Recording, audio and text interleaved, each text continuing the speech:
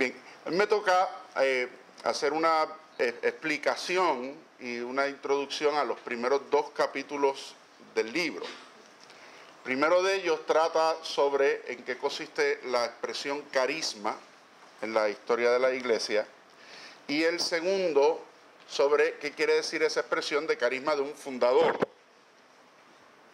¿Me oye todo el mundo? No es tanto por ustedes, por la grabación después, pero si no me dicen. Esto me obliga a mantenerme en el mismo sitio, cosa que es difícil para mí, pero vamos a tratarlo. Y el primer capítulo tiene un antes y un después. El antes es toda la historia de la iglesia hasta el Concilio Vaticano II, y el después es qué ha pasado del Concilio Vaticano II para acá. Padre Kentenich vive en un momento de la iglesia marcado por 2 cosas que están ocurriendo en el ámbito eclesial fundamentales, marcados por la experiencia de 2 guerras mundiales, marcado por un momento donde la iglesia misma se ha llamado a cuestionarse su rol en el mundo, que empieza precisamente con un acontecimiento que no es de la iglesia, que es el acontecimiento de la Revolución Industrial. A partir de la Revolución Industrial surge en la iglesia por primera vez la idea de la doctrina social. Y el concepto de la doctrina social rompe con la práctica hasta entonces de que la labor de la iglesia es una labor exclusivamente ministerial. Y obliga a la iglesia a salir de nuevo a todos los ámbitos de la realidad donde se encuentran los laicos. Y empieza a tener que expresarse sobre la vida de los laicos. La Rerum Novarum de León XIII, sobre el trabajo, sobre las condiciones de los obreros que está trayendo la revolución industrial, y eventualmente el magisterio de la iglesia que se va desarrollando, y el tener que enfrentarse con la realidad de la Primera Guerra Mundial y después de la Segunda. Dice, espérate, ¿y qué hacemos con los laicos? ¿Hacia dónde vamos con los laicos? ¿Por qué? Porque todas las experiencias laicales hasta ese momento eran experiencias laicales atadas a la espiritualidad de las comunidades religiosas existentes. Y sobre eso voy a abundar ya mismo. Frente a ese fenómeno, empiezan a surgir en la iglesia corrientes, después le vamos a llamar carismas, pero de momento llamémosle corrientes de vida que empiezan a tratar de dar respuesta a cómo el laico, en su realidad de laico, y sin tener que asumir realidades de vida consagrada o cercanas a la vida consagrada como hasta entonces, puede alcanzar y vivir su propia santidad. Y en ese vaivén y en ese proceso empieza a darse la realidad de Schoenstatt. Fíjense que la realidad de Schoenstatt comienza con seminaristas, pero son seminaristas que por la guerra se ven obligados a dejar el seminario y algunos a no regresar. Entonces empieza a marcar esa realidad fuera del ámbito de esos seminaristas. Y empieza a darse una acogida de esa corriente y de esa realidad en personas que empiezan a tener contacto con el Padre, y empieza a reflejarse en otras realidades, como pasan a ser luego las hermanas. Y va ampliándose en la medida en que el Padre se va enfrentando con otros retos: el campo de concentración, las familias, los hermanos, los padres. ¿Sí? Así que plantea un problema grande, y perdónenme que me refiera con la expresión problema grande, pero un problema grande para la iglesia, porque es algo nuevo, es algo distinto.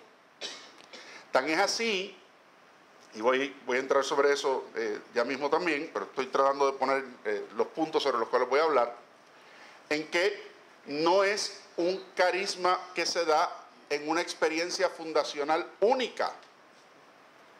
El Padre termina fundando, al principio ni lo sabía, un movimiento que es un movimiento en el cual se dan fundaciones distintas. Y por eso hablamos de un movimiento federado, cada uno con su propia realidad. Así que pensar en cuál es el carisma del Padre y cómo ese carisma se expresa en cada una de esas realidades particulares y cómo al mismo tiempo refleja una sola cosa, pues es lo que 50 años después estamos tratando de descifrar, ¿verdad? Y es sobre lo que trata el libro. Cómo toda la obra del Padre refleja un solo carisma, con distintas expresiones de ese carisma, pero un solo carisma. ¿Okay? Así que por ahí va la cosa. Así que esta idea del carisma hay que mirarlo, les decía, desde la perspectiva antes del concilio, después del concilio. Y eso tiene dos elementos. Uno, el elemento semántico. ¿Qué quiere decir eso de carisma? Y otro, el elemento histórico, de cómo en la iglesia se han vivido los carismas. Y ambas cosas han ido de la mano. Yo le suelo decir a mis estudiantes, yo soy profesor de Derecho, que el lenguaje no es neutral. Ningún lenguaje es neutral. Hoy en día la filosofía de los últimos 50 años se ha centrado en la filosofía del lenguaje, en la narrativa, cómo lo que yo digo, las palabras que escojo para decir las cosas, no solamente las escojo por su contenido, ni por su significado, sino también por la carga que traen con ellas. ¿Okay? Eso es todo el tema de la epistemología y de la semántica, pero por el ejemplo que yo uso con mis estudiantes es, por ejemplo, la expresión guerra contra las drogas o guerra contra el crimen. Porque ¿qué sugiere la palabra guerra? Enemigo. ¿Y el enemigo qué hay que hacer con él? Liquidarlo, aniquilarlo. Por lo tanto, hablar de guerra contra el crimen y hablar de guerra contra las drogas no es hablar de rehabilitación. O sea, la expresión carga y nos lleva hacia una imagen distinta de lo que queremos proyectar y para que la gente entienda lo que queremos proyectar. Pues la palabra carisma, por la carga original que tiene en los textos, sobre todo de San Pablo, llegó a esconderse en la iglesia. Punto. Por unas realidades históricas a las que haré referencia, que se desprenden del texto del libro, pero no están todas ahí, pero para poder ampliar en lo que está, si viniera a resumirles el libro, pues perdemos el tiempo, ¿verdad? Pero que podamos entender por qué el capítulo primero nos habla de esa realidad. En los textos de Pablo, que es donde aparece por primera vez la palabra carisma, Pablo se refiere a los dones y las gracias particulares que el Espíritu Santo da a cada cual. Hay unas gracias y unos carismas que son universales. La gracia santificante por la cual estamos todos llamados y podemos todos acceder a la salvación es una gracia universal. Los dones del Espíritu Santo que se nos dan a todos por el bautismo son carismas, son gracias universales. Las teologales, fe, esperanza y caridad, todos participamos de ellas. Pero Pablo dice, sí, pero también el Espíritu Santo da a cada cual en gratuidad según le parece. Y algunos tienen el don de ser apóstoles, y otros tienen el don de predicar, y otros tienen el don de profecía. Y todos esos dones son dirigidos al que los recibe, pero en beneficio de la comunidad. Es decir, que en ese primer lenguaje de Pablo, los dones son gracias particulares, y no solo gracias particulares, también son gracias personales. Es decir, el que recibe el don, lo recibe él para la comunidad. No que lo recibe para que otros lo compartan con él. Eso lo tenemos que mirar de entrada porque es hacia donde va después el tema. Y Pablo dice, y empieza a clasificar, según los dones que se reciben, quiénes están por encima de otros. Dice, bueno, pues en primer lugar los apóstoles. Y empieza a establecer una jerarquía de los carismas. Dice, primero los apóstoles, después de los apóstoles los profetas, después de los profetas los maestros, ¿verdad? Y así va ubicándolos. Lo que sugiere también que los carismas implican una jerarquía entre aquellos que han recibido la gracia. Y ahí es donde comienza el segundo elemento que yo les decía, el histórico. ¿Cómo podemos garantizar que esos carismas recibidos son en beneficio de toda la comunidad? Mismo Pablo llega a advertir, cuidado con el don de profecía. Ustedes oigan a los profetas, pero tienen que discernir lo bueno y lo santo de lo que no lo es y quedarse con eso y rechazar lo otro. O sea, que dice, ahí el Espíritu se manifiesta y otorga esas gracias y esos dones particulares, pero tampoco son absolutos, hay que saberlos discernir. Y en la historia de la iglesia, sobre todo en esa iglesia primitiva, era una iglesia eminentemente carismática, en ese sentido, en el sentido de Pablo. ¿A qué me refiero con una iglesia eminentemente carismática? Pues no es una iglesia organizada. Los apóstoles van llegando a los sitios, van predicando, van viendo cómo el Espíritu Santo suscita en esas primeras comunidades gente que adopta el querigma, el anuncio evangélico, gente en la que el Espíritu se va manifestando, que entonces empiezan a comprender, que pueden enseñar y que los pueden dejar allí a cargo de esa nueva comunidad. Y de vez en cuando, por eso tenemos las cartas. ¿A quién van dirigidas las cartas? En dos sentidos. Hay cartas dirigidas a comunidades y hay cartas dirigidas a personas. ¿Quiénes son esas personas? Pues esas personas que Pablo dejó al frente de la comunidad y en otras a la comunidad completa. ¿Y que les recuerda? Bueno, pues recuerden lo que les anunciamos, y si alguien los separa de eso que les anunciamos, cuidado. Hermana mencionaba ahorita que los 50 años nos ponen en una situación comprometida por este hecho de la presencia física del Padre, y los que quedan y los que ya no van quedando. Pero lo mismo nos pasa en los evangelios. ¿Cuántos evangelios tenemos? 4. De los 4, 2 conocieron personalmente a Jesús y 2 no. Esa es la realidad. Mateo y Juan sí, pero Marcos y Lucas no. Marcos es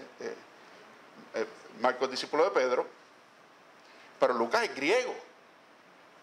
O sea que la distancia, ¿verdad?, por Pablo, Bernabé y Juan, que Lucas entonces eventualmente escribe el Evangelio y los Hechos de los apóstoles. Y son los que están allí. ¿No? O sea que esa transmisión de la fe, del conocimiento, y alguien podría decir, bueno, pues que sobran. Yo creo que nadie se atrevería a decir que sobra alguno de los evangelios. Entonces la gente se hace la misma pregunta. ¿Sobran los carismas? ¿Sobran los movimientos? ¿Sobran las congregaciones? Entonces, ¿por qué están ahí? ¿Por qué Dios suscita esos carismas y los va suscitando en el tiempo? Pues por la necesidad de la propia iglesia, por la necesidad de los propios fieles. A la revelación no le falta nada. Pablo dice, esa es la primera advertencia de que algo anda mal. Si alguien en el nombre del Señor enseña algo distinto de lo que les hemos enseñado, sáquelo afuera. Además, utiliza una palabra muy fuerte en la Sagrada Escritura, que es la de anatema. ¿Verdad? O sea, maldito de Dios. Aléjelo de la comunidad, es un peligro. Dice, a la revelación no le falta nada. El problema es que nosotros mismos, en nuestro acercamiento a la revelación y a la vida de la fe, pues no lo tenemos todo. Y Dios necesita suscitar entre nosotros personas con carisma y darnos a nosotros mismos los carismas necesarios para poder adentrarnos en el perfeccionamiento de esa vida de fe. Así que mientras la iglesia se va organizando, mientras las comunidades van surgiendo, los carismas son esenciales porque son los que van marcando a aquellas personas que pueden adelantar el evangelio. Si anoche teníamos la ordenación de un diácono y de un sacerdote, la lectura segunda que se utilizó fue la de la elección de los primeros diáconos en el libro de los Hechos de los Apóstoles. ¿Y qué dice? ¿Cómo los identificaron? Hombres llenos del Espíritu Santo. ¿Qué quiere decir eso? Hombres de carismas. Aquellos que en los que se va reflejando esa gracia de Dios al servicio de la comunidad. ¿Qué es lo que quiere decir carisma? Una gracia de Dios al servicio de la comunidad, un don gratuito. En la medida en que la iglesia se va estructurando y se va organizando, algunos de los carismas empiezan a chocar con otros. ¿Por qué? ¿De qué están llenos los primeros 3 siglos de la iglesia, de la historia de la iglesia? De disputas heréticas. O sea, algunos que habían recibido el carisma de la enseñanza, el carisma de la predicación, el carisma de la profecía, se van apartando y van enseñando cosas distintas a lo que en el acuerdo común entre los apóstoles y sus sucesores se va dando, y entonces empieza a chocar el carisma de los apóstoles, que es el carisma superior. Mira, pero los apóstoles ya no están, claro, pero están los obispos, que son sus sucesores, y todavía lo confesamos así hasta el día de hoy. Con esos otros carismas, y los que tienen el carisma superior, Pablo les ha dicho, no, esos son los que tienen que ponerle orden a los otros. Y en la medida en que se va poniendo orden, el orden jerárquico empieza a sustituir el orden carismático. Y según la iglesia se estructura, a partir de la paz de Constantino, y entonces empiezan las disputas sobre la primacía papal y la organización jerárquica de la iglesia, entonces esa jerarquía empieza a suplir y a callar esas otras expresiones. ¿Que se perdieron? No, no se perdieron. No se perdieron. ¿En dónde se van dando? Mire, los grandes reformadores de la iglesia no eran obispos ni papas. San Francisco de Asís, Santa Teresa, Santo Tomás de Aquino, San Agustín. Algunos de ellos llegaron a obispos luego, pero no todos. O sea, la iglesia, y Dios sigue suscitando en la iglesia esas personas particulares que van guiando ese pensamiento y esa teología y esa enseñanza y el magisterio de la iglesia por el camino hacia donde el Espíritu nos va guiando. Pero no podemos, eso no, el hecho de que haya sustituido un orden el otro no quiere decir que el Espíritu Santo dejara de actuar en la iglesia, ¿saben? No, cuidado. La santidad de la iglesia sigue estando ahí, nadie me vaya a malinterpretar.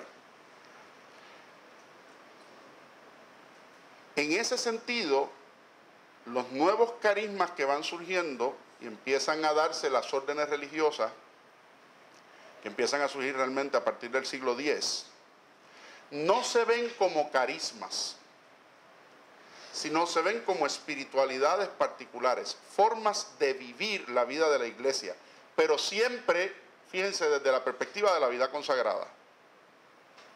Hasta el siglo XIX en la iglesia solamente existían órdenes, que eran órdenes, comunidades de vida consagrada que asumían con voto solemne, es decir, para toda la vida, las virtudes de obediencia, castidad y pobreza. Con una sola excepción, hasta el siglo XIX, que son las hijas de la caridad de San Vicente de Paúl, que los votos no eran votos solemnes, sino que hacían promesas porque seguían viviendo en la comunidad activa. ¿Por qué? Porque las comunidades femeninas hasta el siglo XIX todas eran de clausura. No había eso que distinguimos hoy de religiosas de vida contemplativa y de religiosas de vida activa. Todas eran de vida contemplativa, excepto, insisto, por las hijas de la caridad de San Vicente de Paúl, que para que pudieran seguir en la comunidad sirviendo entre los pobres, eran una asociación de fieles. Así que todas esas ideas que tenemos hoy de comunidades de vida activa, de votos simples, de institutos seculares, y de todas esas, nada de eso existió en la iglesia hasta el siglo XIX.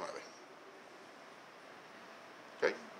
En el siglo XIX empiezan a aparecer las primeras congregaciones. ¿Qué diferenciaba órdenes de congregaciones? pues los votos. Entonces eran votos simples, eran votos que se renovaban con cada cierto tiempo, pero no había esta idea de la perpetuidad. ¿Okay? Y que usted, si quería salir, pues lo que hacía en la próxima renovación, no renovaba. Y se iba a su casa, se acabó el problema. Había un sentido mayor de libertad. Pero siempre eran experiencias de una espiritualidad concreta. ¿Con qué énfasis yo voy a vivir este llamado? Pues las congregaciones de sacerdotes, pues todos son sacerdotes, todos tienen un ministerio común. ¿Qué diferencia unos y otros? Pues el énfasis. Los franciscanos desde su pobreza, y por eso no todos eran sacerdotes, unos sacerdotes y otros frailes. Los dominicos, la predicación y la educación. Los jesuitas, la defensa de la verdad y del discernimiento. Así que cada uno lo que ponía era un énfasis particular en la espiritualidad de cómo vivir ese ministerio compartido con los demás sacerdotes y con las otras comunidades.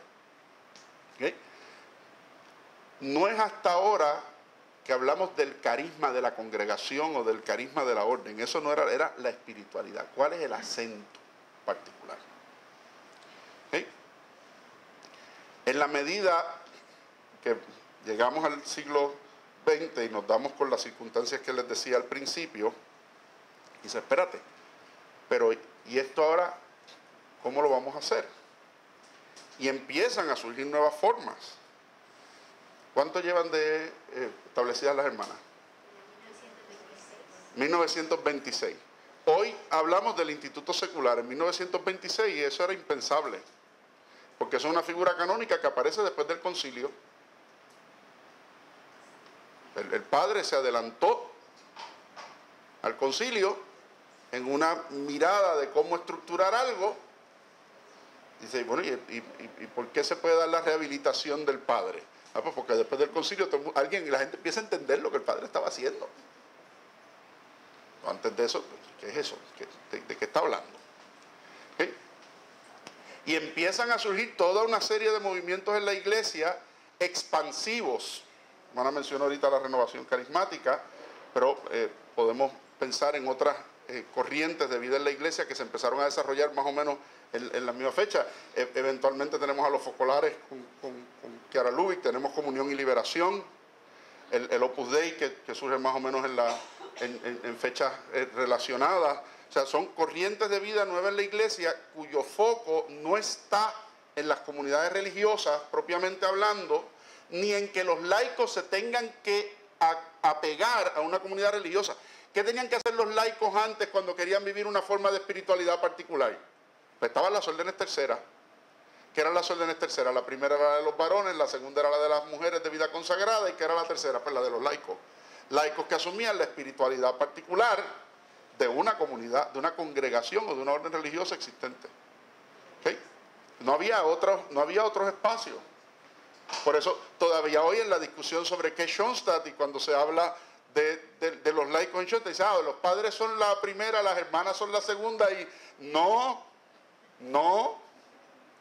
es eso, no es eso.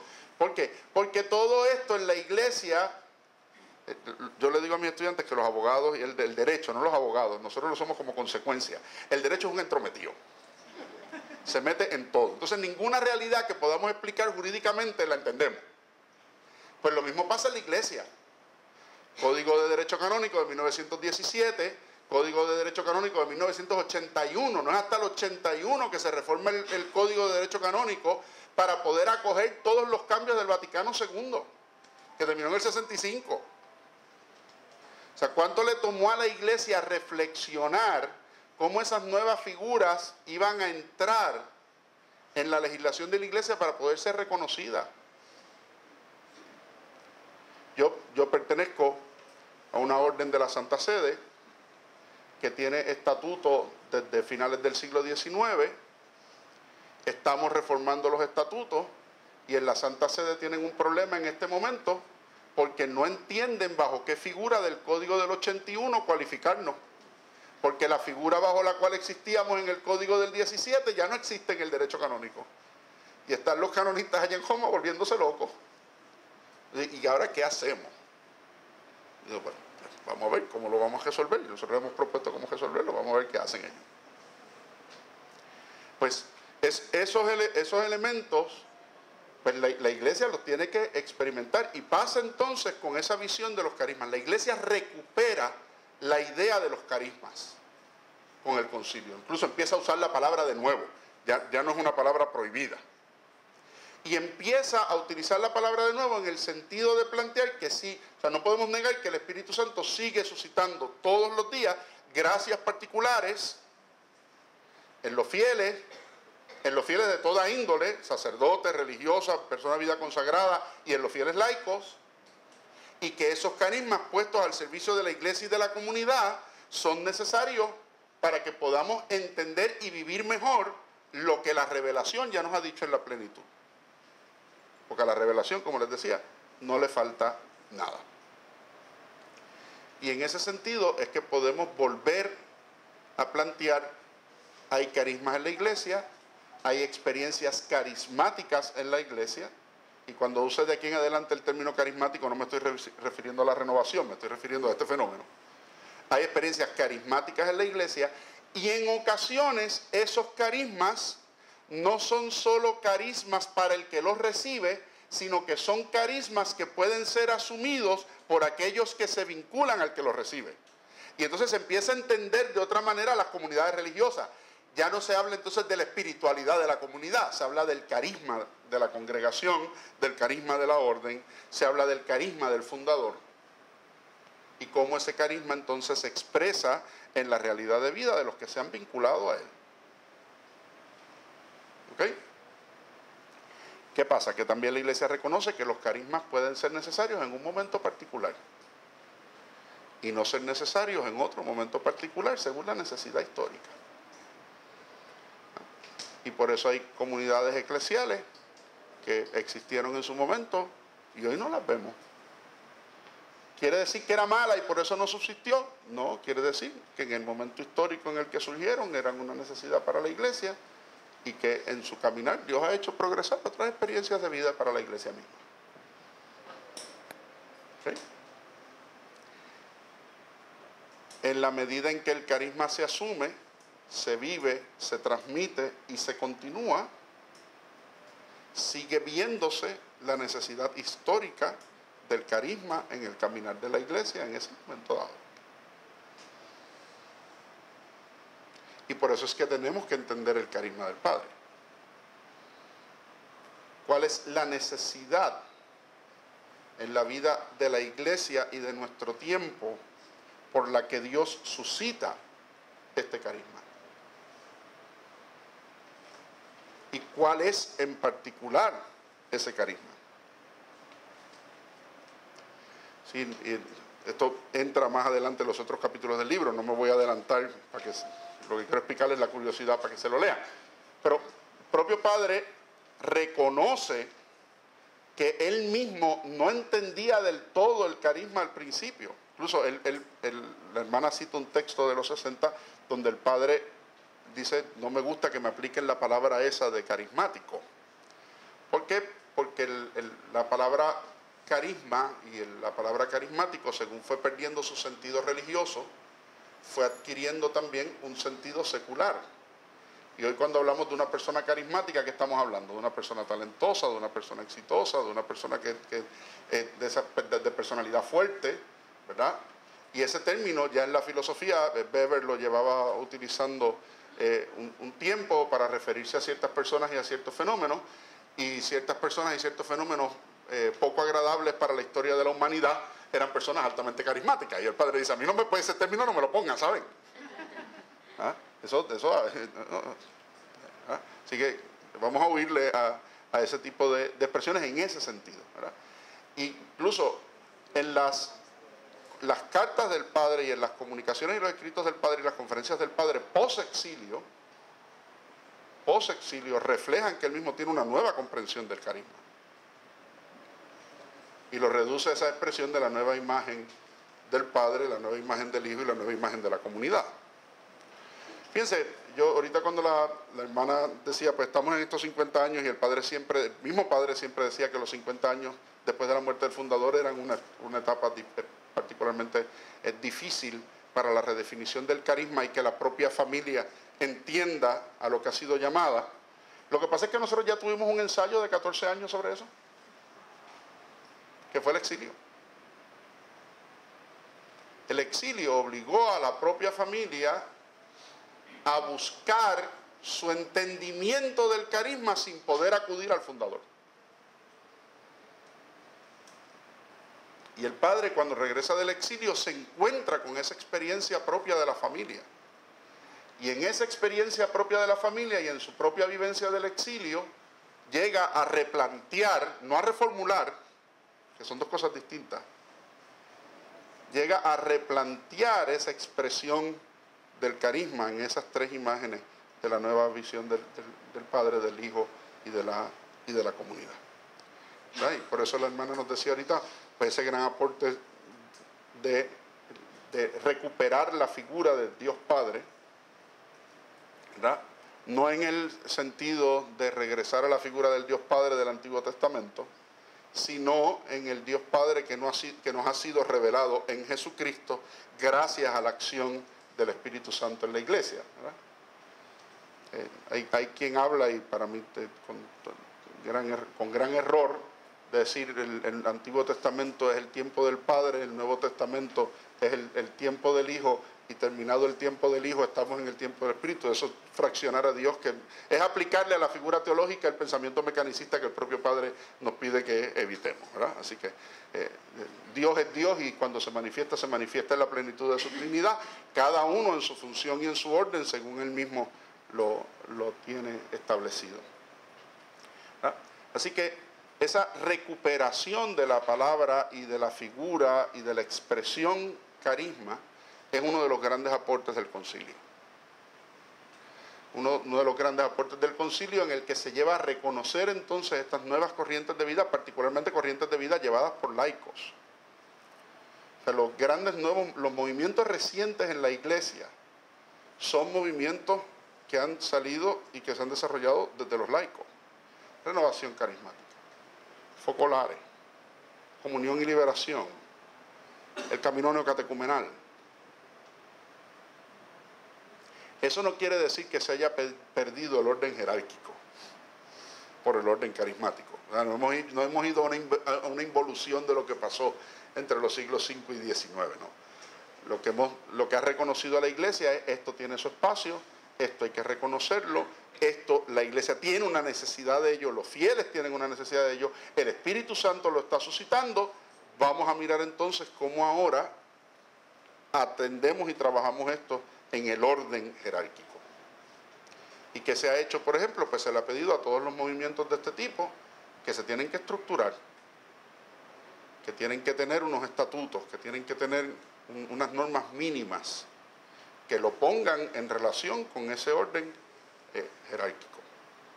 Aquí los obispos en Puerto Rico, por ejemplo, a todos los movimientos de cierta magnitud, Juan 23, Cursillos, Renovación Carismática, a nosotros mismos en el movimiento de Schoenstatt, nos han dicho: bueno, ¿y cuáles son sus estatutos en Puerto Rico?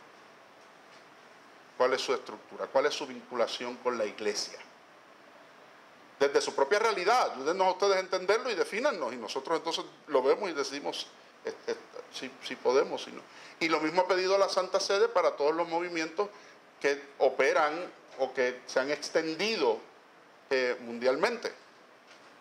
Y por eso desde Juan Pablo II inició esta gran eventos. Todos hablamos de las Jornadas Mundiales de la Juventud, pero se nos olvidamos que para los movimientos hay algo paralelo, ¿verdad? Y son los encuentros de movimientos que la Santa Sede celebra cada cierto tiempo cercano a la fiesta de Pentecostés, precisamente porque lo ve atado a esa experiencia del Espíritu Santo, donde se reúnen los movimientos a nivel mundial y discuten sobre sus distintas realidades y sobre sus formas de vida y sobre cómo están viviendo, animando la vida de la iglesia.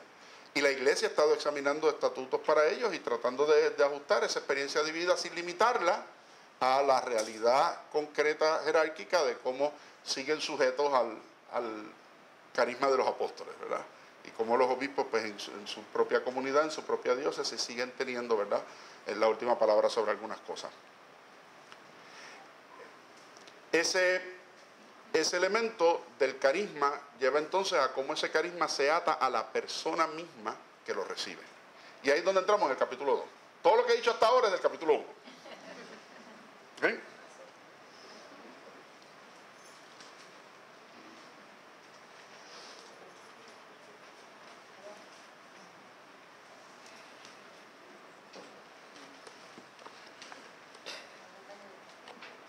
Y antes de moverme al capítulo 2, los que tienen el libro ya tienen el folletito de las preguntas.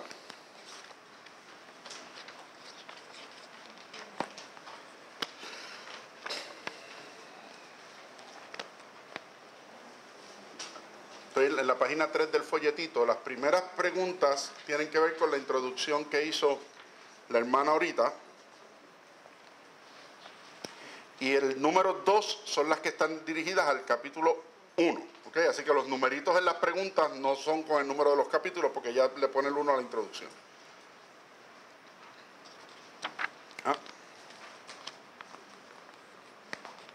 Así que vamos un momento sobre esas preguntas. Quiero que hablemos grupalmente sobre las del 1, las del 2, eso ya ahorita vamos a ver cómo lo hacemos. Pero vamos con esas preguntas del capítulo 1. Fíjense que la primera es cuál es el concepto que la iglesia preconciliar tiene de sí misma. Y va a esta idea de que como la revelación ya está dada y ha alcanzado su plenitud y la iglesia ya está estructurada y tiene su forma y está jerarquizada, los carismas son algo secundario, salvo grandes acontecimientos. Y quizás deba hacer referencia a algunos elementos históricos para entender esto, porque estamos viviendo uno de ellos. Este año se celebran los 500 años de la Reforma Protestante, de Lutero y sus tesis, ¿verdad?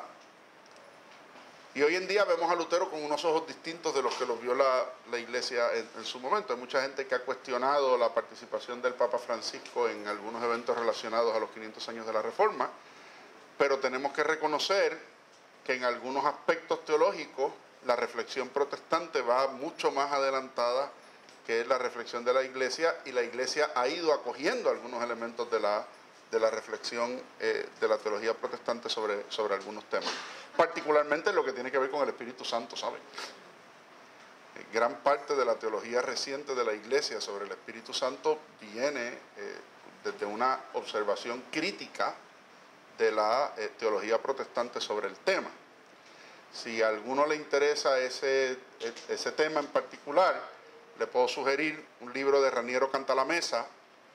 Raniero Cantalamessa es un capuchino, es el predicador de la Casa Pontificia, es el que predica los retiros del Papa desde Juan Pablo II, es el que predica todos los Viernes Santos en Roma. Es el único día que el Papa no es el que predica, sino que oye la predicación. Y desde 1981 más o menos Cantalamessa es quien ha hecho la homilía. Fue miembro por muchos años de la Comisión Teológica Internacional y tiene un libro extraordinario que se llama El Canto del Espíritu. Canto del Espíritu es más o menos como del tamaño de no se asusten. Por cierto, este es el diccionario de teología bíblica.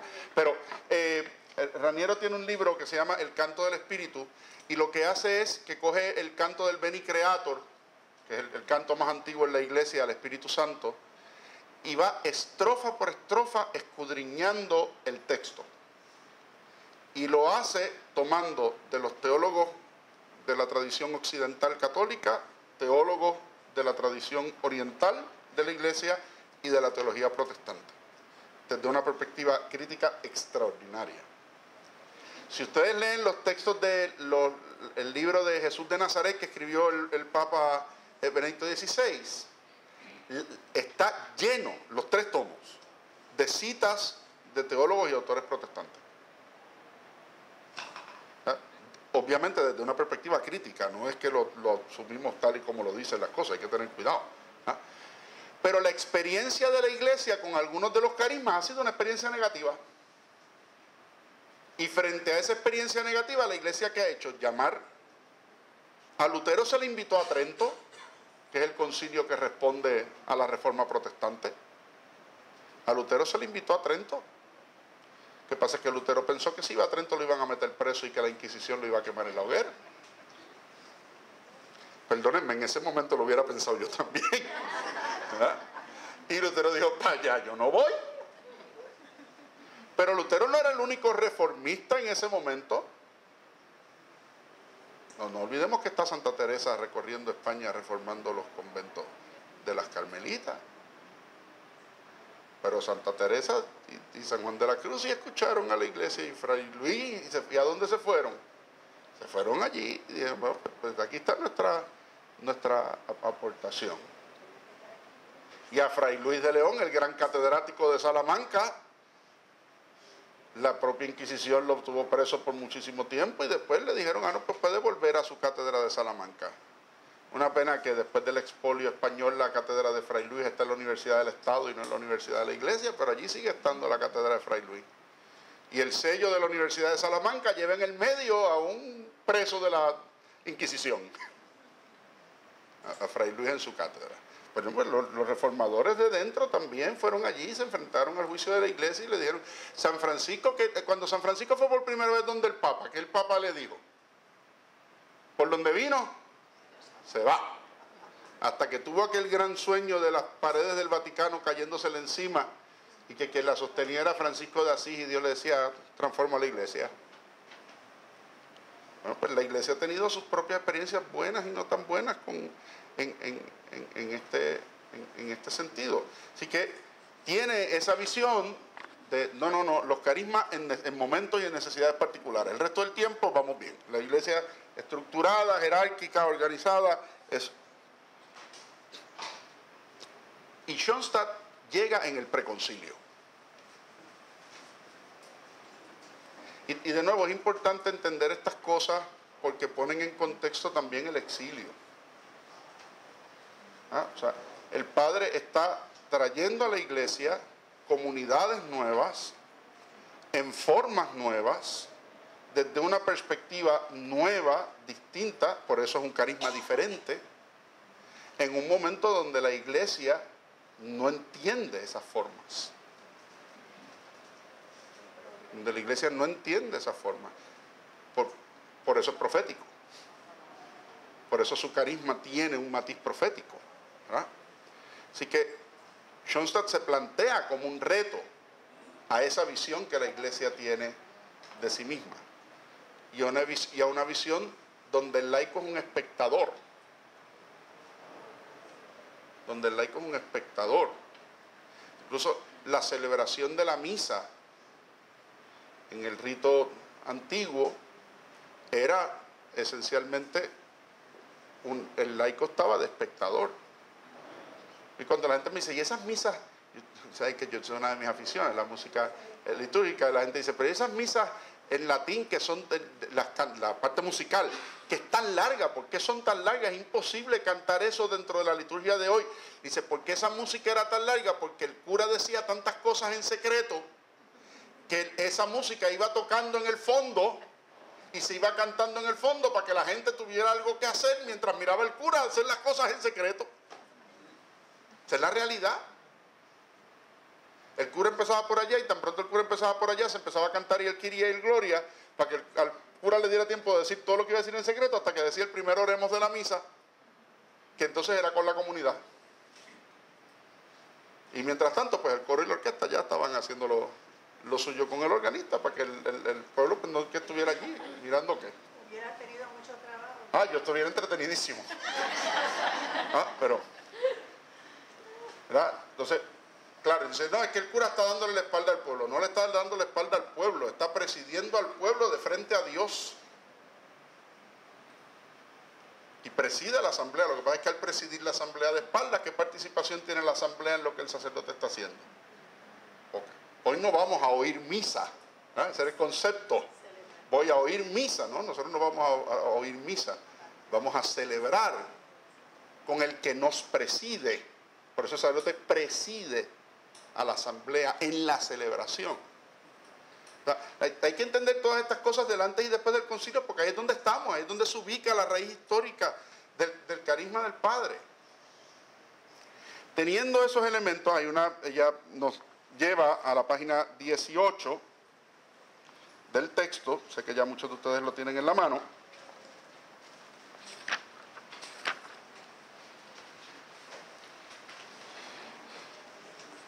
que son visiones del término en el helenismo, en la filosofía griega, que es de donde sale el término carisma. Era un regalo absoluto, algo que te lo dieron y te lo dieron por completo, en plenitud. Pablo lo mira como un regalo del Dios vivo en Jesucristo a aquel que lo recibe. En el siglo XVI, a partir del Concilio de Trento, por todo el problema de la reforma y de las divisiones cismáticas de la iglesia, dice, no, lo carismático versus lo jerárquico, aquí vamos a optar por lo jerárquico para mantener orden. En el siglo XX se seculariza el término a principios de siglo, les decía Max Weber, que es el primero que lo utiliza en ese sentido, como una capacidad natural. Alguien que tiene una personalidad particular que consideramos una persona carismática. Hoy en día, en el término secular, hablamos ya del carisma incluso como algo que no necesariamente es natural, sino que usted puede adquirir esa capacidad, ese estilo por formación, por educación, por preparación, ¿no? Dice la pregunta C, teniendo en cuenta las explicaciones resumidas en el cuadro de la página 18, ¿cuál de ellas expresa plenamente el carisma de nuestro Padre y Fundador? ¿Y cuáles se podrían incluir de forma complementaria? A ver, ustedes me dicen.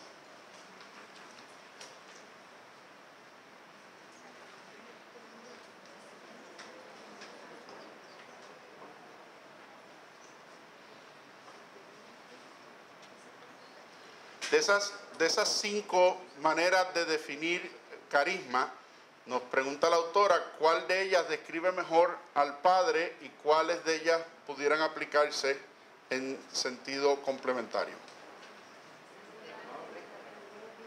La capacidad incluso adquirida, porque la formación y la educación es lo que te lleva a entender un poco más allá. Hay una... Porque aquí en su instancia que la formación ayuda muchísimo. Pero esa nos describe más a nosotros, que vamos asumiendo el carisma recibido del Padre. Para el Padre tiene capacidad natural. En parte. Porque también está la de Pablo. No podemos negar que el carisma es un regalo de Dios, porque de lo contrario no tendría espacio en la iglesia, ¿verdad? Regalo de Dios. Dios le ha regalado al Padre el carisma. Pero vamos a ver ahorita, cuando hablemos entonces en el capítulo 2 de la mens fundatoris, del carisma del fundador, que el fundador tiene que tener también unas capacidades naturales para poder poner en operación ese carisma, ¿verdad? Así que eso entra de forma complementaria, porque no podemos sobreponer las capacidades personales a la gracia, ¿verdad? Hay un principio fundamental en la teología de la gracia, que es que la gracia no transforma, la gracia perfecciona, ¿verdad? Entonces Dios es capaz de hacer que las piedras canten sus alabanzas y que la burra de Baal lo aclame, ¿verdad? Y ayer celebrábamos al santo cura de Ars, que por inteligente no era cura, ¿saben? No era por inteligente que era cura. Así que hay, ¿verdad?, esa capacidad de aceptar ese don y de transformarlo y hacerlo y usarlo. Yo creo que me pregunta, ella tenía toda, porque inclusive la capacidad que es adquirida, él estudió los grandes santos de la iglesia y sacó, sustrajo lo que él entendía que eran los carismas. O sea que para mí que las tenía todas, Yo, porque él también fue carismático en oposición a lo jerárquico. O sea, ¿ves? Sí y no. Yo tengo mi visión muy particular sobre eso, porque el 31 de mayo es un reclamo de... Yo no lo veo, y puedo, ¿verdad?, y esto podemos diferir, ¿verdad?, pero yo no lo veo como una oposición a lo jerárquico, sino como un reclamo de lo carismático, ¿verdad? Para mí, porque el Padre insiste en su obediencia a la iglesia, que ahí es donde está el problema de Lutero. Lutero mira lo carismático y dice, lo carismático supera lo jerárquico, por lo tanto, si Dios me ha inspirado esto a mí, yo no tengo que obedecer. El Padre no asume esa actitud, el Padre se somete en obediencia a la iglesia, pero le dice a la iglesia, que la jerarquía no mate el carisma, que lo jerárquico no mate lo carismático. Hemos renunciado a lo carismático por enfocarnos solamente en lo jerárquico. Dice, yo me someto al juicio de la iglesia y obedezco a la iglesia, pero tengo que advertirle a la iglesia que ha renunciado o está en las vías de renunciar a la acción propia del Espíritu Santo. Y ese es uno de los grandes elementos, ¿verdad? Que fue la posición de los reformadores que fueron a Trento. Y fueron a Trento y le dijeron, mire, cuidado hasta donde vamos, ¿verdad? Con estos elementos, ¿verdad? Y yo creo que el padre hace un justo balance, y por eso su frase de siempre, todo para Schoenstatt, pero Schoenstatt para la iglesia, ¿verdad? Él reconoce que Schoenstatt no puede existir al margen de la iglesia, y que en el margen de la iglesia hay que reconocer lo jerárquico, ¿verdad? No se puede aceptar a la iglesia renunciando a lo jerárquico. Yo creo que él no lo ve como algo... si miramos oposición como excluyente, pues yo tendría que decir, ¿verdad? Y este es mi criterio muy personal, que él no lo ve como excluyente, sino que lo ve como que cada uno tiene que tener su espacio y hay que reconocerlo, pero sujeto a ese elemento, ¿verdad? Esa es mi lectura muy personal. Pues podemos diferir y discutirlo hasta el que se cumplan los 50 años, ¿sabes? Mike. Durante el exilio, un sacerdote de Chile vino a visitar al padre y le pregunta al padre, ¿cuándo usted se va a liberar de esto? Y él le contestó, ella tomará perfecto cuidado de esto. Pero la obediencia a la iglesia. Obediencia a la iglesia. Por eso hay que tener cuidado con cómo vemos esa oposición. Si oposición... Tensión más, sí, es más, yo lo miro más como tensión que exclusión. Exacto. Yo creo que ahí es donde está el foco. Y eso es uno de los elementos que tenemos que recuperar también. Al vincularnos al carisma del Padre, es una de las cosas que tenemos que recordar. Y dice, ¿por qué surge la secta? ¿Por qué surge la secta? Por un carisma que se ve a sí mismo aislado del elemento jerárquico. Yo me salgo de la estructura porque el carisma y el mensaje recibido supera a la propia iglesia. Esa es la idea detrás. El carisma recibido y la experiencia infundida por el Espíritu supera a la propia iglesia, por lo tanto yo no necesito de la iglesia. Y ahí es que surge la secta, ¿verdad? Ahí es que surge Lutero, ahí es que surge Calvino, ¿verdad? Y con todos otros elementos históricos que no podemos entrar ahora, pero esa es la tensión que existía en ese momento. Definimos a Schoenstatt como un movimiento carismático, en ese sentido. ¿Por qué? Desde esa reflexión yo creo que estamos todos de acuerdo en que sí, ¿verdad? Es carismático en el sentido de que ha sido Dios quien ha inspirado ese carisma en el fundador. Y que, como nos dice San Pablo, todo carisma tiene que estar al servicio de la comunidad y de la iglesia. Y así ha estado. Y ha producido frutos de santidad y de vida en la iglesia. Así que en ese contexto no podemos dudar de que Schoenstatt es una experiencia carismática en la iglesia. Y por eso decía, nosotros estamos mal acostumbrados, los católicos le hemos cogido tanta cosa a este término de carismático, hablamos de carismático y pensamos más que la renovación. Pues no, esa es una experiencia carismática en la iglesia, como muchas otras que han ido surgiendo fruto de esa misma acción. ¿Okay?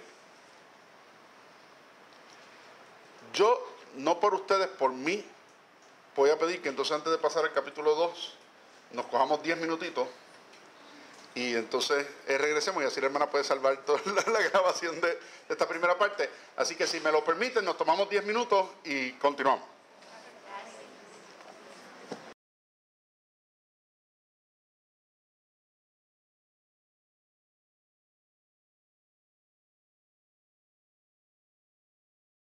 Una parte de la definición de carisma que aparece aquí en el texto es el vocabulario de teología bíblica de la editorial Herder, de León Dufour, que es uno de los grandes exegetas del siglo XX. Y voy a leer los últimos elementos de la definición que él da sobre la clasificación de los carismas, sus reglas de uso y la relación entre carismas y autoridad eclesial, que nos sirven de resumen de lo que estuvimos hablando en la primera parte. Dice, Pablo no se preocupó de darnos una clasificación razonada de los carismas, aun cuando los enumera repetidas veces. Pero es posible reconocer los diferentes campos de aplicación en que hayan lugar los dones del Espíritu. En primer lugar, ciertos carismas son relativos a las funciones del ministerio. Apóstoles, profetas, doctores, evangelistas, pastores. Otros conciernen a las diversas actividades útiles a la comunidad. Carismas de servicio, enseñanza, exhortación, obras de misericordia. Palabra de sabiduría o de ciencia, fe eminente, don de curar o de obrar milagros, hablar en lengua, discernimiento de los espíritus. Estas operaciones carismáticas que manifiestan la presencia activa del Espíritu no constituyen evidentemente funciones eclesiásticas particulares y se les puede hallar en los titulares de otras funciones. Por ejemplo, Pablo, y estoy citando aquí, Pablo, que es apóstol, al mismo tiempo tiene el don de hablar en lenguas y de obrar milagros y de curar enfermos. ¿Ah? Así que un carisma de ministerio puede venir acompañado de otros carismas de servicio. ¿Ah? Y por eso podemos entender también la figura del Padre. Un carisma de ministerio, el sacerdotal, viene acompañado entonces de otros carismas a la disposición de la comunidad. Vuelvo acá. Dice, la profecía se menciona unas veces como una actividad abierta a todos y otras se le presenta como una función particular. Las vocaciones particulares de los cristianos están igualmente fundadas en los carismas. Unos son llamados al celibato, otros reciben otro don. Finalmente, la práctica de la caridad, esta primera virtud cristiana, es también un don del Espíritu Santo.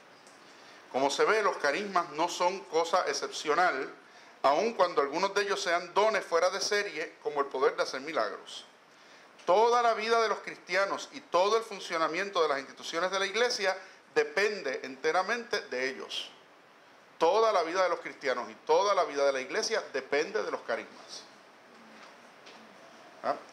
Como decía Benedicto XVI, nadie se hace cristiano por una idea.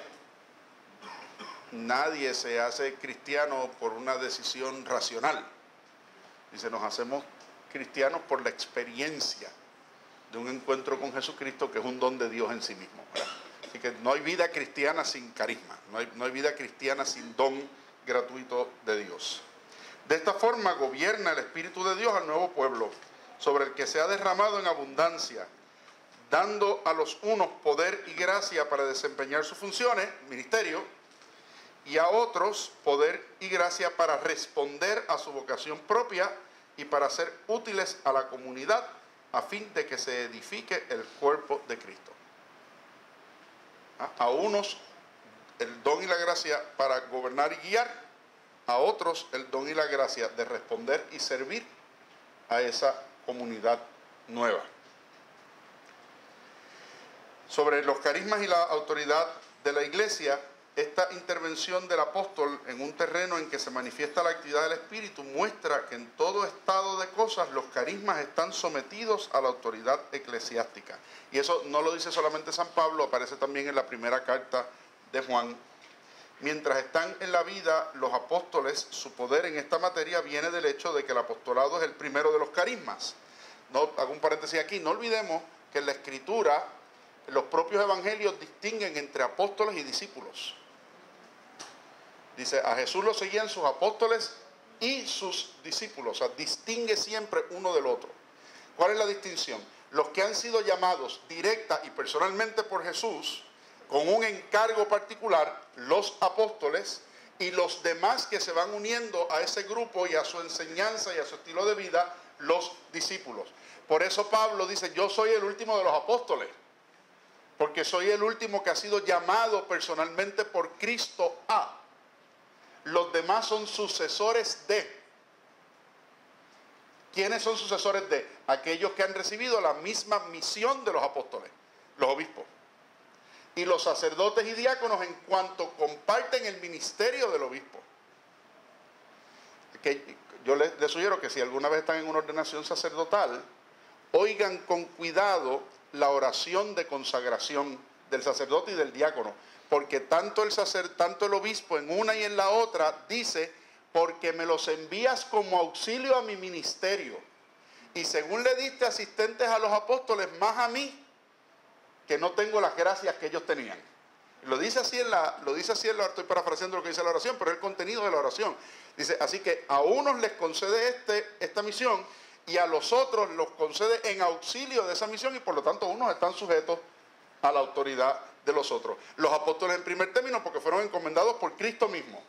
Sus sucesores porque le dan continuidad a esa misión que de Cristo mismo tuvo lugar. Decía, después de ellos, también sus delegados participan de la misma autoridad, como lo muestran las consignas recogidas en las cartas pastorales, particularmente la de Timoteo. Les decía ahorita, Pablo le escribe a las comunidades, pero también le escribe a sus sucesores. Timoteo, Tito, Filemón, son cartas que van dirigidas directamente a esos que les han sustituido en la misión. Es que estos mismos delegados han recibido un don particular del Espíritu por la imposición de las manos. Si no pueden poseer el carisma de los apóstoles, no por eso carecen de un carisma de gobierno. Siguen teniendo el carisma de gobierno, aunque no tengan los mismos carismas que tenían los apóstoles que les precedieron, que les confiere el derecho de prescribir y de enseñar, y que nadie debe despreciar. Así en la iglesia todo está sometido a una jerarquía de gobierno, la cual también es de orden carismático, porque también ha sido establecida, dada y conferida por Dios. Miren, y esta pelea entre carisma y jerarquía empezó en los mismos apóstoles. No se acuerdan, el primer concilio de la iglesia, ¿cuál fue? Concilio de Jerusalén. Está narrado en los Hechos de los Apóstoles. Hay unos que le están diciendo a los que no eran judíos: usted se tiene que hacer judío primero, y después que se haga judío, entonces se puede hacer cristiano. Pablo, que es el que está bregando con esos que no eran judíos antes, dice, pero espérate, no estamos enseñando que Cristo supera todo esto. Pues si Cristo supera todo esto, ¿por qué es que se tienen que hacer judíos primero para hacerse cristianos después? Y sube allá, pero no lo enseña él por su cuenta. ¿Qué hace? Sube a Jerusalén y se sienta allí con Pedro y los demás y le dice, pero espérate, pongámonos de acuerdo en este asunto, porque a mí el Espíritu me ha inspirado a ir a llevarle el Evangelio a esta gente, y tú ahora les estás imponiendo unas cargas que hacen inaceptable el Evangelio que yo les proclamo. Dice, pues está bien, trae la cabeza, pero vamos a ponernos de acuerdo. Y allá se sientan y lo discuten. ¿Y cómo concluye esa conversación? Nos ha parecido al Espíritu Santo y nosotros, en el texto que le envían a las nuevas comunidades. Nos ha parecido al Espíritu Santo y nosotros. Esa reflexión de que es el Espíritu Santo el que inspira y el que lleva. Ahora, eso no quiere decir que por haber sido recibidos del Espíritu están exentos de regla. Mismo Pablo lo dispone. Y sigo aquí. Si es necesario no apagar el Espíritu, hay sin embargo que comprobar la autenticidad de los carismas. Dice Pablo en la carta a los tesalonicenses. Y examinar los espíritus de los cuales esos carismas vienen, dice San Juan. Este discernimiento, que es también fruto de la gracia, es esencial. Tanto Pablo como Juan sientan sobre este punto una primera regla que da un criterio absoluto.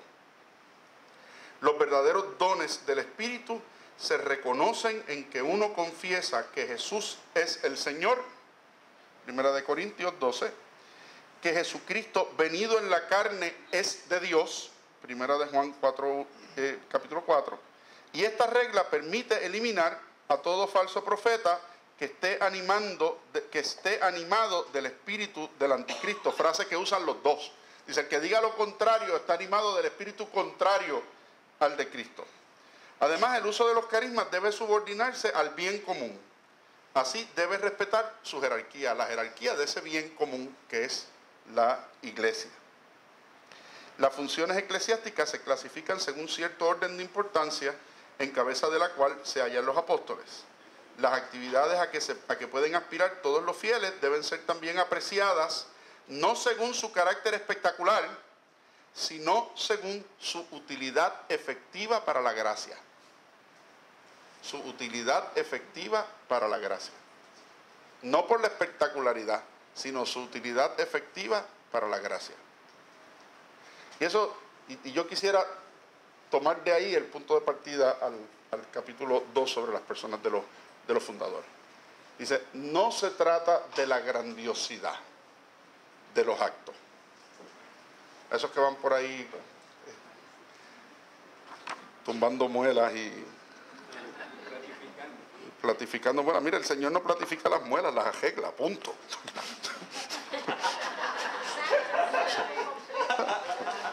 El Señor va a hacer algo la sana. O sea, platificar las muelas del dentista, ¿no? Perdónenme que lo diga de esa manera, pero es que no se trata del espectáculo. Se trata de la utilidad para la gracia. Y si el espectáculo distrae de la gracia, mal cosa. Vamos mal. Si el espectáculo distrae del encuentro verdadero con Jesucristo, algo anda mal. Dice, no se trata de la espectacularidad, se trata de la utilidad para la gracia. Esto que se me está proponiendo, ¿cómo me ayuda a vivir mi propia santificación y la de la comunidad en la que vivo? Y por eso es que no todos estamos llamados a todos los carismas, ni estamos llamados todos a todas las espiritualidades.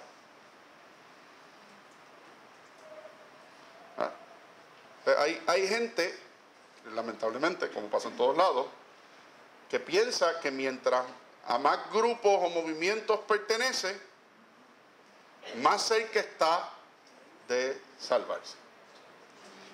Yo lo que me pregunto es si cada vez que se asocia o decide participar de alguno de ellos, se ha hecho la pregunta de exactamente qué me exige esta vinculación como realidad de vida.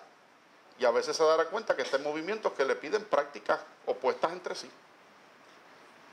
No porque unas sean mejores que las otras, sino porque sus formas de acercarse a la vida de la iglesia y a la vivencia de la gracia son distintas. Son distintas. ¿Por qué? Porque como no todos somos iguales y no todos pensamos de la misma manera y no todos practicamos nuestra vida de fe de la misma manera, el Espíritu suscita distintas experiencias de vida en las cuales uno puede encontrar un espacio que mejor le lleve a su propia santificación, que al final del camino eso es lo que queremos, ¿no? Y a través de quienes suscita Dios esa experiencia, pues de los fundadores de esos carismas, de los que plantean la novedad de esa experiencia de fe como fruto de ese regalo que Dios hace a la iglesia a través de cada uno de ellos. Y por eso hay carismas que pueden surgir unos de otros, y hay experiencias de fe que pueden surgir unos de otros, sin que eso implique necesariamente que son el mismo. Déjeme, por decir un ejemplo, ¿cuántas congregaciones que se consideran a sí mismos franciscanas existen? Pero ¿cuántas estableció San Francisco?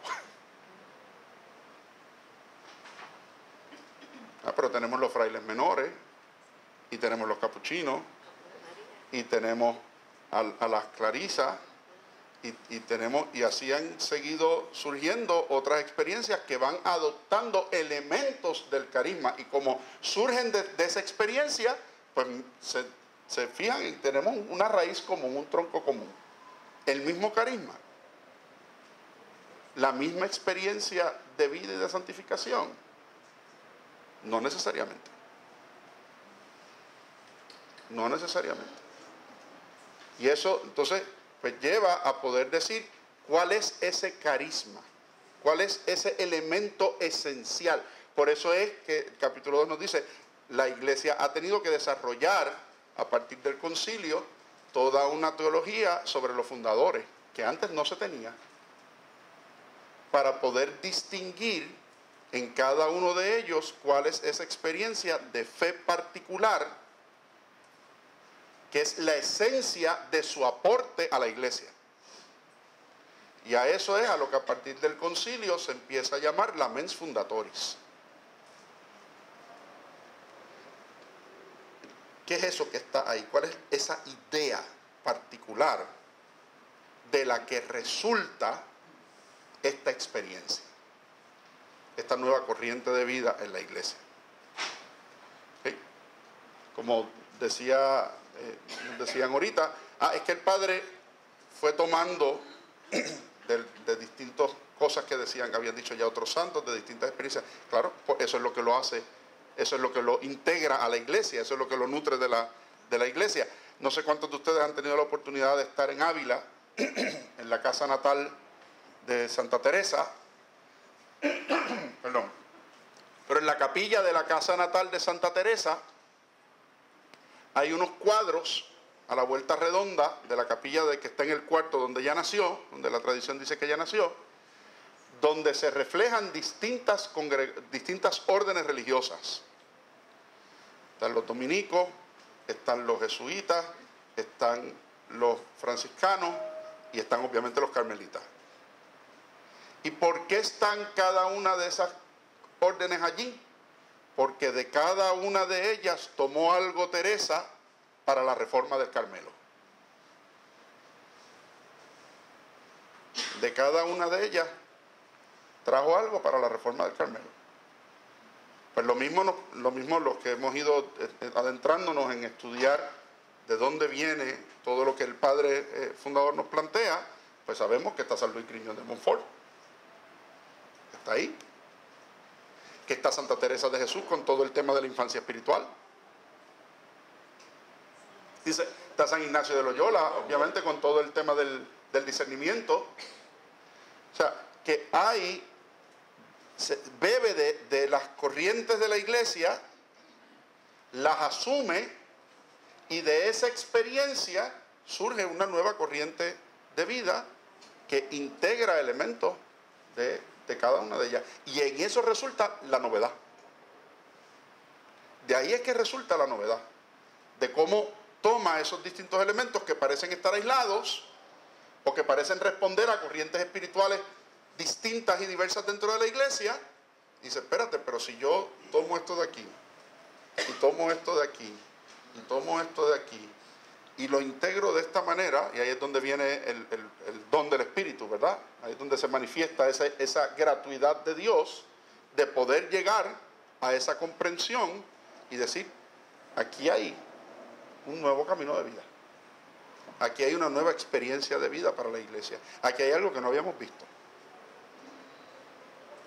Y proponerlo desde esa experiencia. Por eso es que es fundamental las biografías críticas. Miren, para los procesos de canonización, de beatificación, la iglesia pide que se preparen dos textos que son fundamentales. Uno es una biografía crítica. Hay que recoger toda la experiencia de vida de la persona, desde un crisol objetivo, no poético, no adornado. Y a los acontecimientos, las personas, los momentos cruciales, particulares, para poder entender el contexto en el que se da esa experiencia de vida y poder entender si en ese contexto se vivieron heroicamente las virtudes evangélicas, que es lo que pide ese criterio. El segundo es el teológico. Vamos a coger todo lo que escribió, todo lo que hay de récord fidedigno de lo que dijo, y vamos a someterlo al análisis de cómo eso se conforma al magisterio de la iglesia.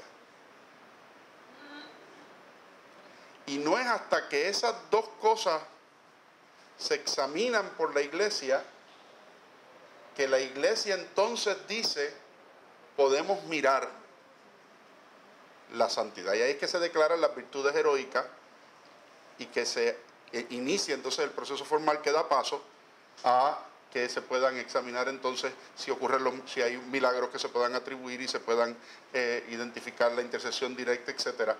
Pero la primera posición de la iglesia es sobre la biografía crítica.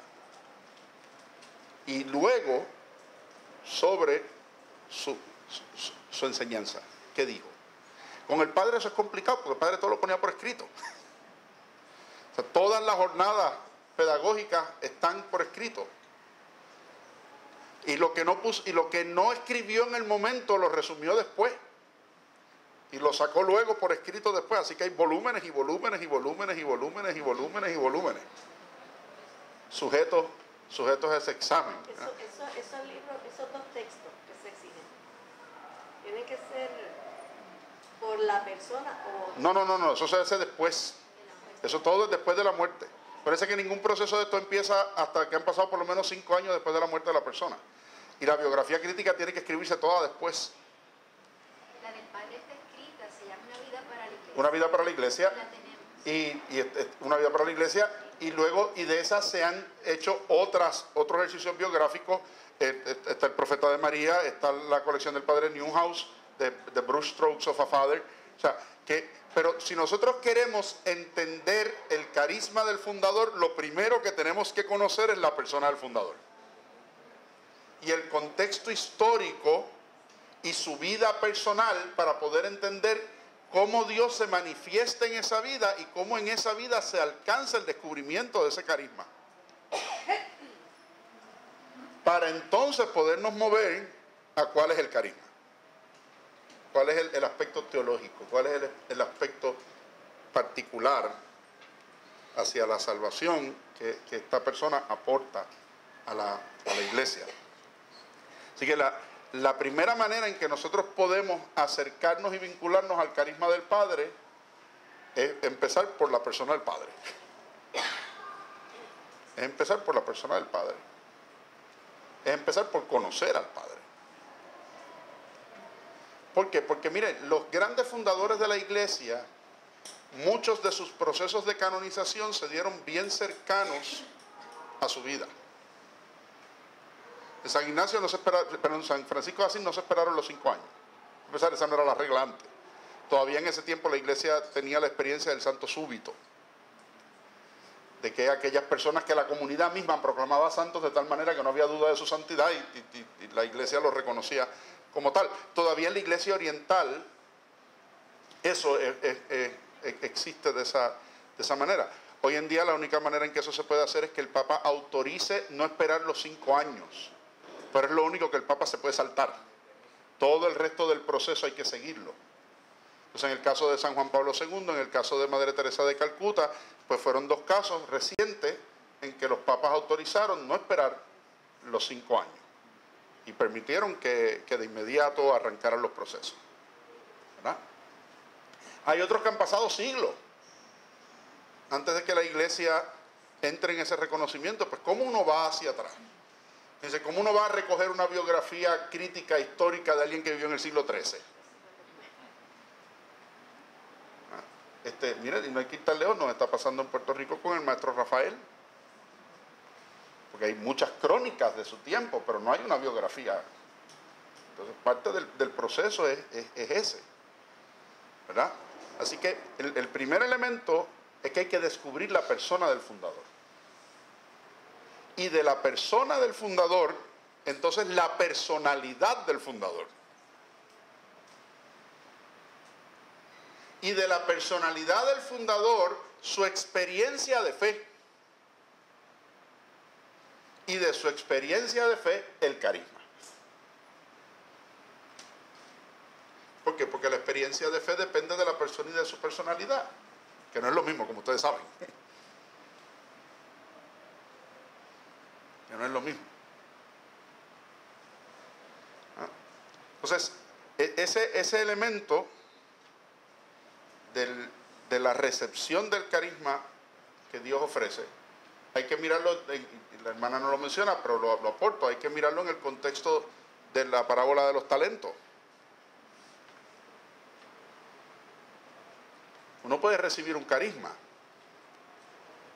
si el contexto personal y la personalidad no son receptivos al carisma que uno termina haciendo.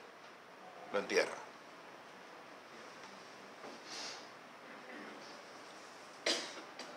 Y por eso lo primero es la persona y la personalidad. Y cómo esa persona y esa personalidad receptiva al don de Dios se abre entonces a la experiencia del carisma. Y cómo Dios lo va llevando al descubrimiento de ese carisma. Que de nuevo, si vamos a los documentos que llamamos hoy documentos fundacionales de Schoenstatt, el carisma no está del todo expreso ahí. Ni en el acta de prefundación, ni en el acta de fundación. Uno tiene que ir. Yo les invito a que hagan una relectura de lo que escribimos para el 2014, de cómo el Padre va avanzando en el descubrimiento de ese carisma y cómo lo podemos ir mirando si vamos al acta de prefundación, al acta de fundación, a la segunda acta de fundación y eventualmente al posexilio, donde entonces, que lo hablábamos en la jornada de dirigentes hace 2 años, cuando hablábamos de qué quería decir eso, de esa expresión del Padre a la comunidad puertorriqueña, de sencillos, fieles y tontos, particularmente el tontos, ¿verdad? Y cómo el Padre, qué se esconde detrás de eso, y cómo detrás de eso, al final el Padre dice, y lo resume en esa nueva imagen del Padre, esa nueva imagen del Hijo y esa nueva imagen de la comunidad. Pero a esas imágenes nuevas no se llega de hoy para mañana. No se llega de hoy a mañana. Esas expresiones el Padre las hace en los escritos y las cartas que envía cerca en el 65, en el 66.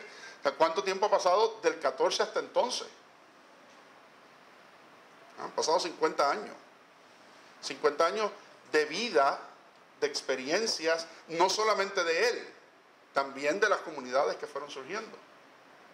Y como les decía ahorita, comunidades que fueron surgiendo y que se mantuvieron y que se dieron y que crecieron y se desarrollaron con un periodo de ausencia del Padre, y que el Padre entonces tiene que hacer su propia reflexión al regresar de hacia dónde va esto. ¿Qué ha infundido Dios ahora en esas comunidades mientras yo no he estado? Y cómo esa experiencia vivida se refleja en lo que yo puedo guiar mientras siga estando aquí. Y fíjense que el Padre, cuando regresa del exilio, mantiene un rol que no es el mismo que tenía antes de irse. O sea, por eso es importante volver a la biografía, ¿verdad? Volver a entender en qué contexto eso se da. Pues toda esa teología sobre los fundadores y sobre sus carismas, la Iglesia la ha retomado a partir del concilio, porque pues por el reconocimiento que hablábamos ahorita de la expresión carismática de la Iglesia. Y un repensar a los propios fundadores y los carismas de las comunidades religiosas, y por eso es que ahora sí hablamos del carisma de la comunidad, y del carisma de la congregación, y del carisma de la orden. Y a muchas comunidades, el Papa, cuando se reúne con ellas, les ha dicho, bueno, y han reexaminado su carisma. Y se han repensado a sí mismos en función de su carisma. Y algunas han tenido que pasar por momentos muy críticos para hacerlo. Hace unos años, los franciscanos, por ejemplo, los frailes menores, hubo una gran crisis financiera de la congregación que los obligó a repensarse de nuevo todo el tema de la pobreza. Es verdad, no es solamente pobreza espiritual, la pobreza material es parte esencial. ¿Cómo nos reajustamos a volver a eso? Hay otras comunidades que se están enfrentando a esos problemas ahora, y comunidades nuevas que han surgido de comunidades anteriores porque han visto que el carisma ya no responde a una realidad histórica particular. En España han surgido comunidades nuevas de vida contemplativa con una nueva forma de mirar lo que es la vida contemplativa, de conventos que se estaban cerrando y apagando. Hay una comunidad reciente, la hermana de uno de los obispos más jóvenes de España, que se ha vuelto toda una sensación. Porque le han dado un reenfoque a la vida contemplativa y a la oración y a la comunidad, que han tenido que abrir 4 conventos porque no dan las aspirantes.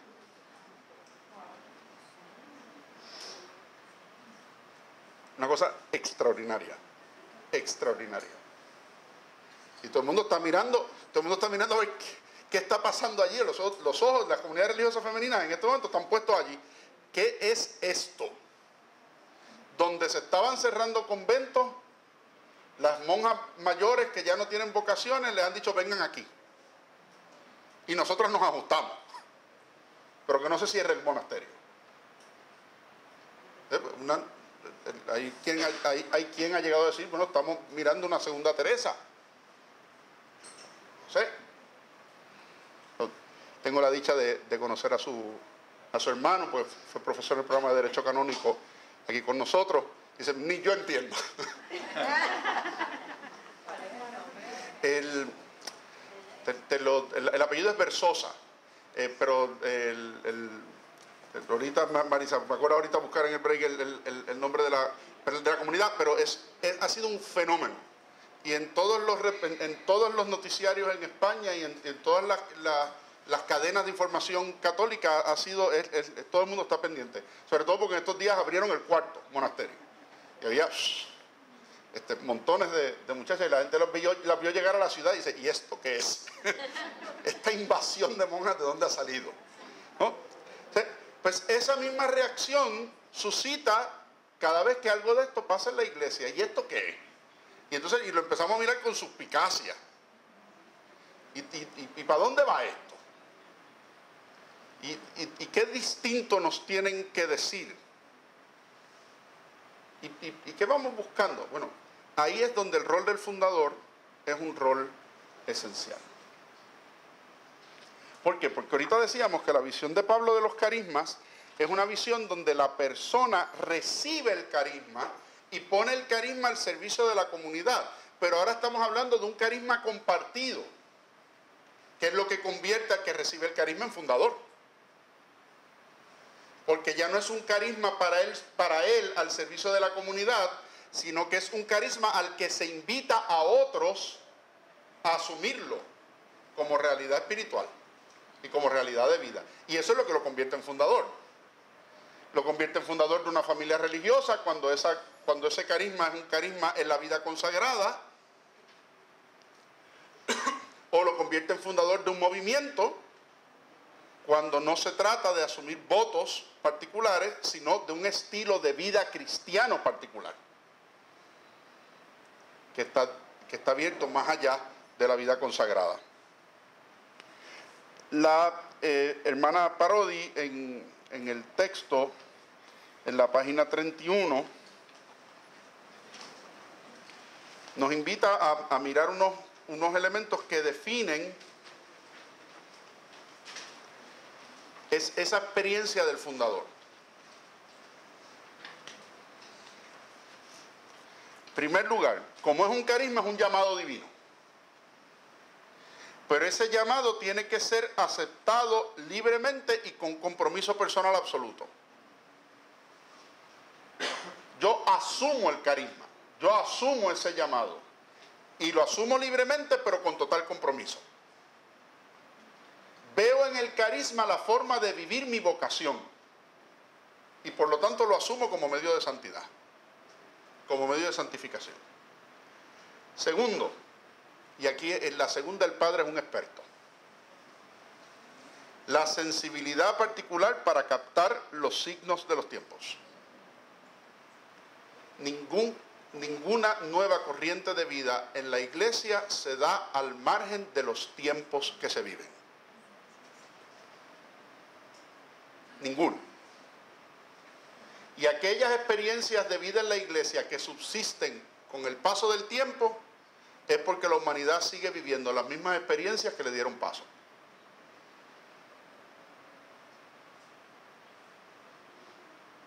Entonces la pregunta que nos tenemos que hacer es ¿cuál es esa experiencia de los tiempos que abre paso al carisma que el Padre nos propone?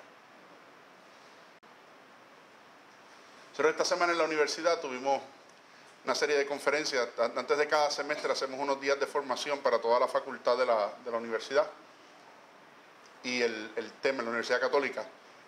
Y el tema de las jornadas de esta semana fue el diálogo fe y ciencia. Y fue extraordinario. Luego van a estar disponibles en la página de la universidad los videos, pero tuvimos un físico, profesor argentino que ha estado enseñando en los Estados Unidos y ha estado enseñando en Estados Unidos, fue de los primeros físicos en desarrollar tecnología láser en América del Sur. Al día en todos los temas, como ustedes se puedan imaginar, que estuvo hablando sobre los nuevos hallazgos en la física y hacia dónde va la física y qué retos plantea eso desde la perspectiva metafísica y la idea del tiempo y la idea de Dios. Tuvimos un sacerdote que es neurobiólogo, hablando sobre todos los adelantos científicos en la cuestión de la nanotecnología y la cuestión de los implantes en el cuerpo que van acabando con el tema de las enfermedades y las proyecciones estas de que para el 2025 la muerte será un tema superado. Entonces, si se supera la muerte, ¿dónde queda la resurrección? Y si no podemos hablar de resurrección, ¿dónde queda el tema de Dios? ¿Verdad? Y tuvimos un franciscano que fue rector del Agustiniano, que es la facultad de ellos en Roma, que es especialista en el tema de economía y comunicaciones, hablándonos sobre ciencia económica, las nuevas realidades de las crisis y el tema de cómo mirarlas desde la perspectiva de la fe y los aportes de la iglesia en el tema económico. Y cada uno tuvo sus presentaciones y luego una mesa redonda entre los tres, fue extraordinario. ¿De qué me convencí? De que el pensar mecanicista seguirá estando ahí por mucho tiempo. Y mientras la dualidad del pensar mecanicista siga estando ahí y la brecha entre el pensar mecanicista y el pensar orgánico sigue estando ahí, más falta hará el Padre.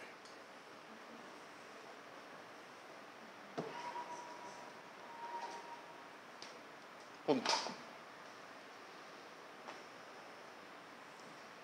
No se puede entender la ecología integral de Francisco en Laudato Si si uno no entiende el pensar orgánico.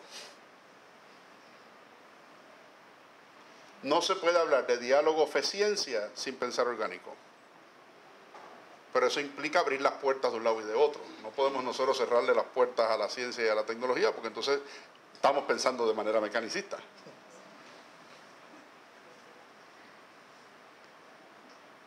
La respuesta del Padre a la crisis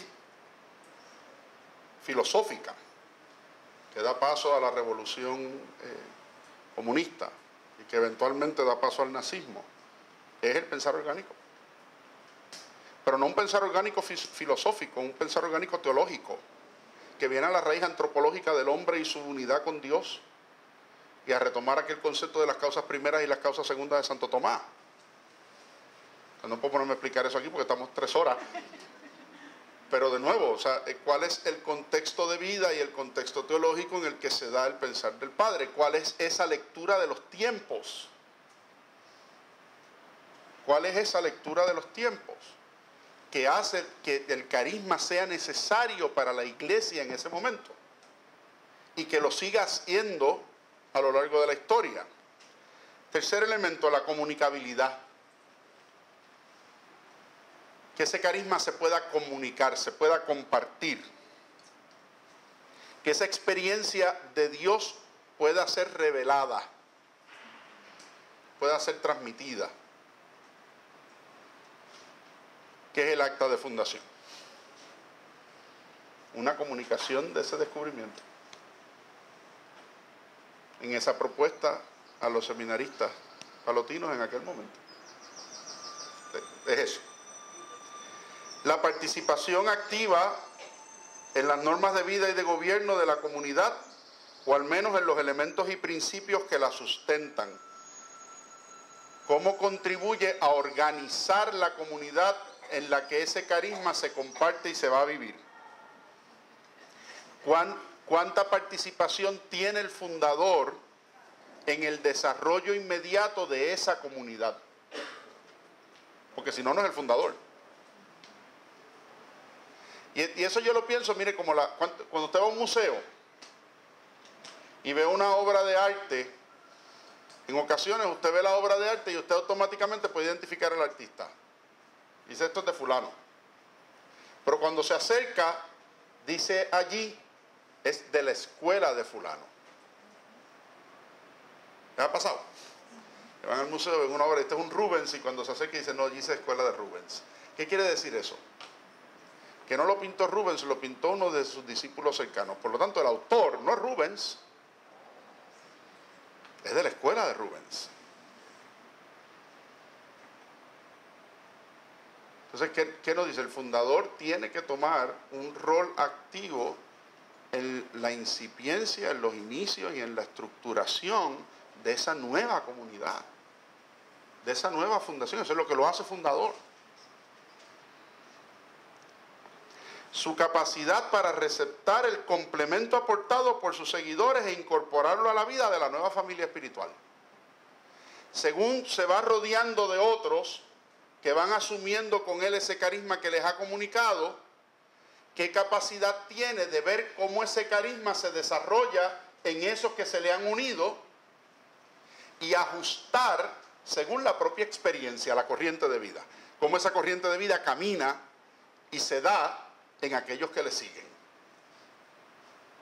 La experiencia del padre cuando regresa del exilio. Cómo la vida ha ido caminando durante este tiempo, cómo recojo esa experiencia de vida, la reinterpreto y la vuelvo a expresar. La apertura a las indicaciones de la iglesia y la disposición a dejar que ella examine la autenticidad del carisma. Aquí no hay duda, lo comentábamos ahorita, ¿verdad? Y el espíritu eclesial que infunde a su fundación. Cómo ubica lo que ha establecido dentro del corazón de la misma iglesia. Lo que hablábamos ahorita, que es lo que diferencia una fundación de una secta. Yo pienso en lo que he organizado y lo veo fuera de la iglesia, pues monto otra iglesia o una secta. No, yo esto lo pienso proeclesia, intereclesia, intraeclesia. Y ahí se convierte en una experiencia de vida para la iglesia y en una experiencia de vida de iglesia. Dados todos esos atributos, podemos hablar de un fundador.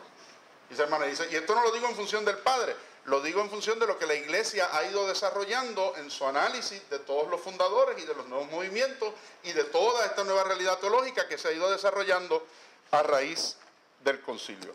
Dice, y eso pues hay que hacer una mirada histórica. Vamos desde los tiempos antiguos, Paconio, San Basilio, San Agustín, San Benito, su influencia en otras comunidades, lo que pasó luego con Santo Domingo de Guzmán, Francisco de Asís, San Ignacio y los jesuitas.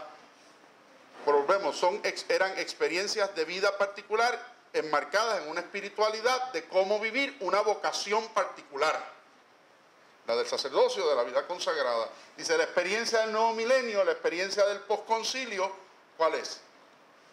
Esas experiencias replicadas en comunidades que van más allá de la vida religiosa, que van más allá de la vida consagrada, o incluso que agregan de todos esos elementos. Que agregan de todos esos elementos. Por eso es que Schoenstatt plantea una realidad tan particular para la iglesia, porque agrega todos esos elementos. Y los agrega con diferentes estructuras y con diferentes niveles de compenetración y de compromiso, pero detrás de un solo carisma, de un solo y un único carisma.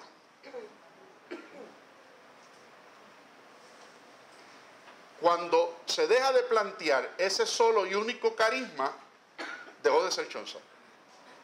Es de la escuela de Schoenstatt. pero se convierte en un nuevo carisma, en otra expresión. ¿Ah?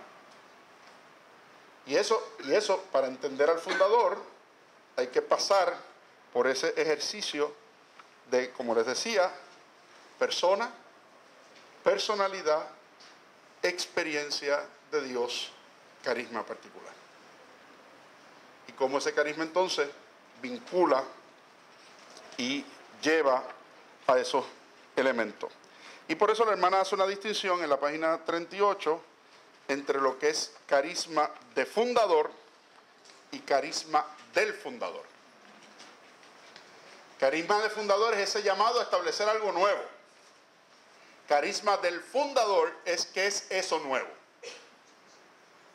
¿Verdad? Una cosa es el llamado a hacer algo nuevo y otra cosa es qué es eso nuevo en particular que Dios revela como don gratuito. Y de ahí que salga entonces ese carisma fundacional, que hay un esquemita en la página 41. Dice, el carisma del fundador, esa misión específica. El mens fundatoris, cómo transmite ese carisma. Y el carisma fundamental, el carisma fundacional, entonces cómo ese carisma pensado y transmitido adquiere forma en la nueva comunidad de vida, en la nueva corriente. Así que una cosa es cómo lo percibe, una segunda, que es el carisma del fundador. Segundo, cómo lo transmite, mens fundatoris, cómo hace expreso ese carisma. Y tercero, el carisma fundacional, entonces cómo ese carisma adquiere forma concreta en la comunidad eclesial. Y entonces, ¿a qué nos vinculamos? Al carisma fundacional. Los demás, ¿a qué nos vinculamos? Al carisma fundacional. A cómo ese carisma adquiere forma en la comunidad de vida, en la comunidad de fe. Desde la perspectiva particular de la vinculación personal en esa manera en que ha sido revelado. Así que esa mens fundatoris, que en Chaucer, una expresión que se utiliza mucho y que se ha estado utilizando mucho en los últimos años, es la índole propia que el fundador imprime a su familia espiritual. Ese sello que nos ha puesto el Padre al decir, esta es mi familia. Es como el apellido. Es como el apellido. ¿Qué lo hace a usted parte de esa familia? El apellido. ¿Qué nos hace a nosotros familia de Shonsa? La mens fundatoris. El sello que el Padre ha puesto a su familia. Esa expresión particular de la revelación del encuentro con Dios y de la santificación a través de ese carisma compartido, que según vayamos viendo el libro vamos a ver cómo se desarrolla en esa nueva imagen del Padre, esa nueva imagen del Hijo, esa nueva imagen de la comunidad. Y como la hermana al principio dijo que esto era como la escuela, pues tiene que haber asignación. Entonces, el segundo encuentro para discutir el libro es el 2 de septiembre, Dios mediante. Así que la asignación para el 2 de septiembre son las preguntas del número 3 que están entre la página 4 y la página 5. Que ustedes, después de leerse con calma esos primeros 2 capítulos,